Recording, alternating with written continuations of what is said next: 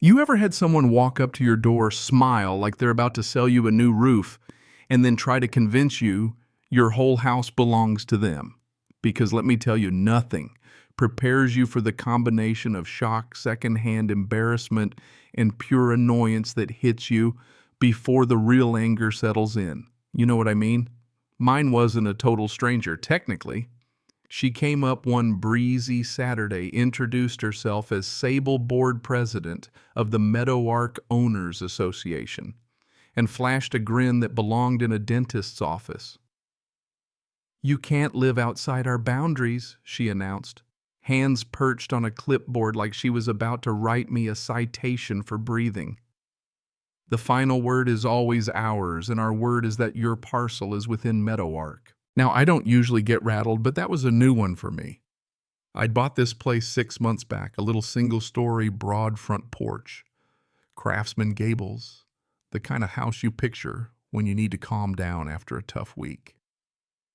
My deed didn't say a word about Meadowlark. I'd done the whole escrow hustle, paid for title insurance, danced with the surveyor.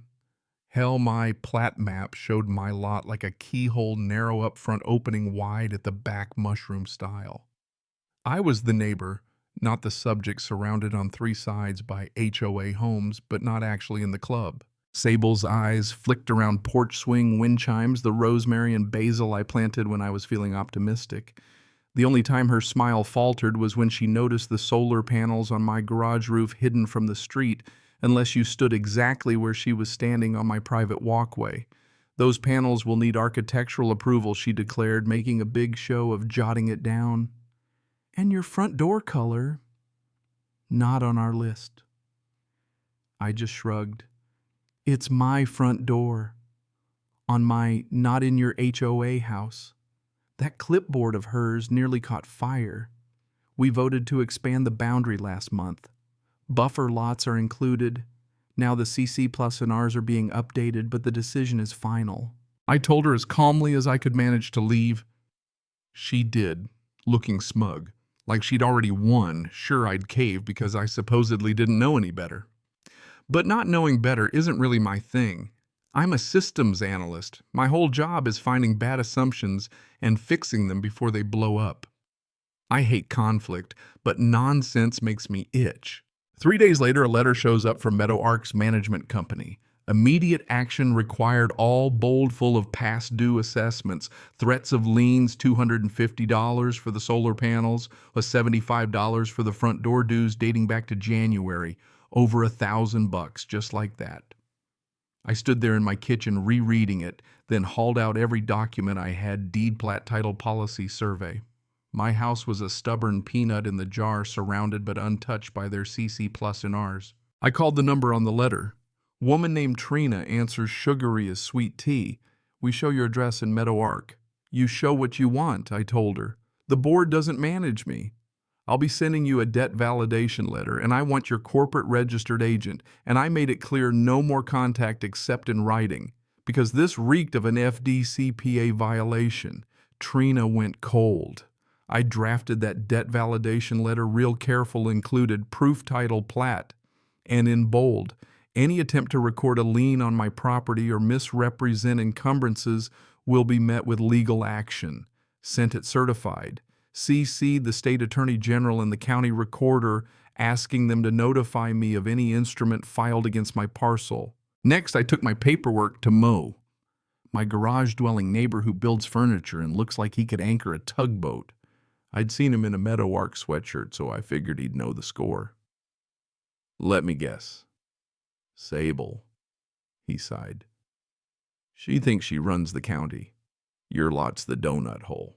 The developer never included it, and folks want that slice of pond behind your house. No path, no easement, it's yours. Folks figure if they annex you, they get the whole shoreline. Never even fished there, but now I couldn't help picturing myself in a straw hat, reeling in catfish while Sable vibrated across the pond. Mo scribbled a number. "Call Link. He was on the first board, knows where the bodies are buried, figuratively speaking. He's got every document." Link turned out to be a guy who always sounded halfway to a sigh. We met at a coffee shop that tried too hard not to try at all. "You're not in Link," said after I explained. "Adding buffer lots takes a vote. New CC Plus and R's recorded unanimous consent from encumbered owners. Sable can say final word all she wants, but county recorder doesn't care until they file something you're safe. If they do, you'll have to fight it." I sipped my coffee, already mapping out my next moves. If they record, I'm notified. If they try to collect, I hit back with FDCPA. If they trespass, sheriff time. If they push, I build a case. A few days later, a guy named Deacon from the board turned up with a tape measure inspecting for fence compliance. Claimed I couldn't have a solid fence by the pond, had to be 40% open pickets. "My fence, my parcel," I told him. He measured anyway, scribbled something down, and stalked off when I started filming. That night a notice arrived. Fence too high, solar panels, door color, trash can, grass, everything. Fines stacking up like a bad joke. At this point, documenting everything with survival photos, timestamps, a cheap security camera, dedicated email folder. I filed a public records request for any permit referencing the pond. If Sable was trying to get her dream gazebo, there'd be a paper trail. 2 days later, Sable shows up again, this time with Myra, the manager, and a scrawny compliance guy. "You're hurting everyone by refusing to cooperate," Sable scolded. I grabbed my binder, laid out my deed, the plat, my title policy. "Not your member. Any attempt to collect or record is actionable." Myra tried to argue. Maybe I was wrong about the plat. "Then record your annexation," I challenged. "Oh, you can't because you don't have the votes." Sable smiled like a cat with a secret. "We already recorded an amendment. Thing is, the county had already told me nothing was filed." Sable was hoping I'd believe the bluff. I told them no more calls, no more visits, put it in writing. By the way, Myra's company wasn't even licensed to collect debts in our state. They left, but my hands were shaking. I'm not brave, just stubborn with paperwork. That's what gets results. Camera caught Deacon slipping a notice under a rock on my porch next morning. Emailed it to the AG and county attorney for good measure. Hours later, the recorder's office pinged, "Mealing attempt rejected for missing legal description." Classic Sable, sloppy and bold, attached a map with a hand-drawn arrow to the wrong lot. I took my binder to the recorder, got the details, texted Link, who just wrote back, "Classic." Sable was trying to fake it till she made it, but not on my watch. Then came Aria, a friend since college, now a paralegal at a firm that eats real estate disputes for breakfast. Her boss, Jory, a man who looks perpetually apologetic, listened to my story and nodded. "You're right on the law, they're wrong, but the trick is making them realize it. We'll send a cease and desist, threaten to sue if they record, ask for their insurance info. Send it to the management company and the board. Consequences, not just punishment." That same day, a compliance hearing notice got taped to my door. No date, no time, just a threat. I added it to the file, rolled my eyes, then fate threw me a curveball. Lyle, a teenager from the far side of Meadowlark Skateboard, and all knocked on my door. "You got a dog? There's a pit mix hurt by the pond. Figured you'd care." I followed him. Sure enough, brown and white pup, hurt leg wary, but hopeful. "This part yours?" he asked. "Yeah. We got the dog to the vet sprain, not a break."